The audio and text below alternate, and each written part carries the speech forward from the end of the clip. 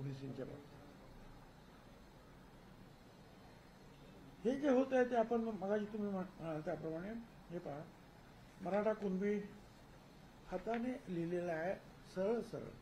हा ओरिजिनल दस्तऐवज एक दाखवतो तुम्हाला, तुम्ही नंतर पहा. खोडून लिहिलं आहे, हाताने लिहिलं आहे.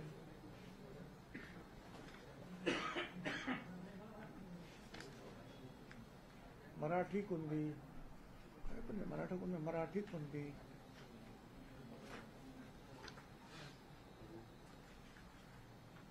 मराठा कुणबी हाताने लिहिलं आहे. हस्ताक्षर शाही सगळ्यात फरक आहे. म्हणजे असं तुम्ही खडाखोड करून लिहिलेलं आहे. खाली मराठा आहे लिहिलं, वरती कुणबी. तुम्ही हे पहा, तुम्ही ज्यांना बघायचं त्यांनी हे कागद बघू शकता. आणि म्हणून आम्ही मागणी केली, मी आता ते काय करत की जर कुणबी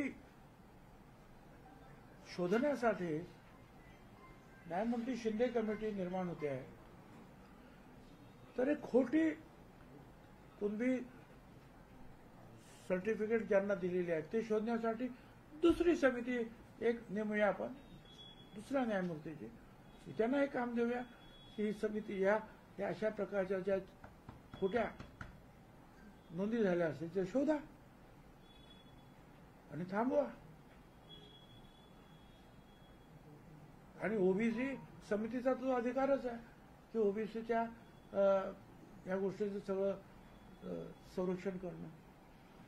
त्यामुळे इथे कोणी चुकीचे घुसत नाही असे हजारो लाखो, हे पाहण्यासाठी सुद्धा एक समिती आपण नेमावी, याचा विचार करा. हा सुद्धा मुद्दा मी ते मांडतो. आता पुढे काय काय होतं ते बघूया. हे जे दाखले आहेत ते किती सापडले आणि कुठून बोगस जे दाखले किंवा नोंदी आहेत ते किती सापडले आणि कुठून सापडले?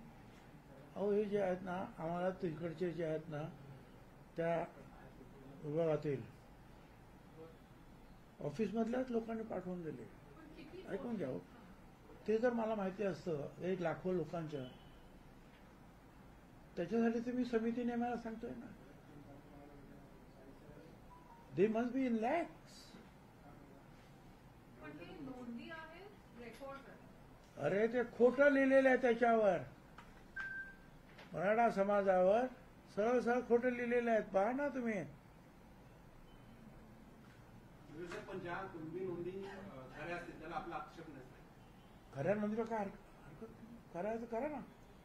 आणि म्हणूनच मी सांगितलं, मागचं जे पत्रक जे निघालेलं आहे त्याच्यामध्ये खऱ्या कुणबी जे आहे ते सापडल्यानंतर तिथे ते थांबलं.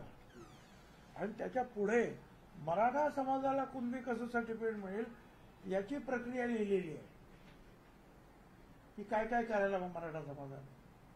म्हणजे अगोदरच हे खोटी लिहितच आहे आणि आता सरळ परिपत्रक काढूनच आमंत्रण दिलेलं आहे की मराठा समाजाला अशा रीतीने कुणबी करून घ्या म्हणून.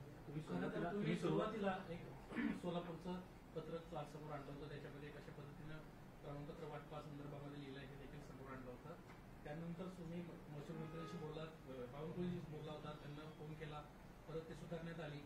हे असताना सुद्धा अजूनही अशाच पद्धतीचे आदेश दिले जात असतील तर सरकार तुमचं ऐकत नाही का? तुम्ही सत्ताधारी पक्षात एक महत्वाची मी ह्या प्रश्नाला उत्तर देत नाही. मी समितीमध्ये काय मांडलं आणि काय नाही हे तुम्हाला मी सांगतो. समिती कोण स्थापन करणार?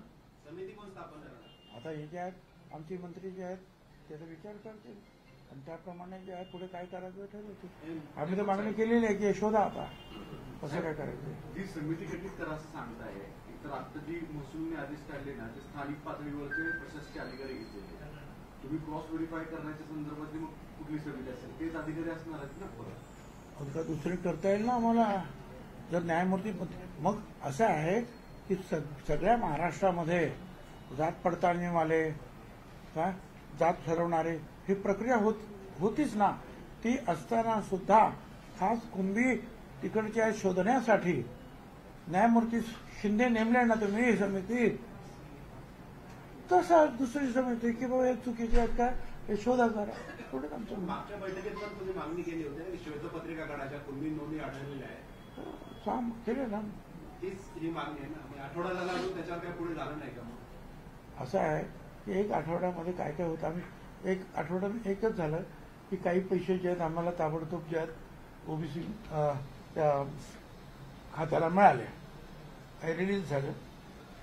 काही जे आहेत आणखीन डिसेंबरच्या याच्यामध्ये काय म्हणतात तुमच्या पुरवणी मागण्यामध्ये द्या असं सांगितलेलं आहे. काहीची मागणी करतो.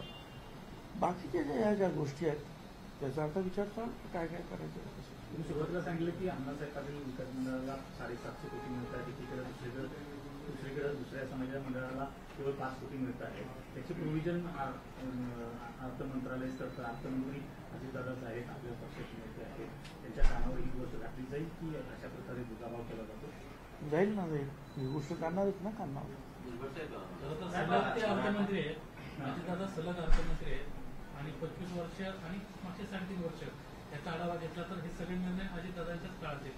त्यामुळे ओबीसी नेत्यांचं असं म्हणणं आहे की अजित पवारांचा ओबीसी समाज ना आवडताय का? एकीकडे पीएचडीच्या पोरांना तुम्ही पैसे देत नाहीत आणि दुसरीकडे करोडो रुपये तुम्ही मागच्या 3.5 वर्षात वाटलेले आहेत.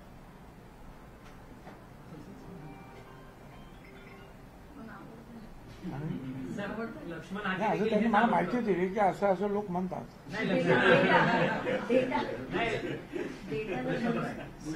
हैदराबाद गॅजेटच्या संदर्भात आता एक असं एक मतं यायला लागली लोकांची की काल धनंजय मुंडेंनी बंजारा समाजाच्या मेळाव्यात म्हटले की वंजारी बंजारा एकच आहे आणि आणखी ठिकाणी परत आदिवासी आता समुदाय सांगते की एसटी मध्ये कुठल्याही परिस्थिती घेऊन देणार नाही. हे कॉम्प्लिकेशन्स ओबीसी नेत्यांच्या माध्यमातून होत आहे. असं आहे की मी याच्यावर जास्त भाष्य करणार नाही, परंतु एकदा हैदराबाद गॅझेट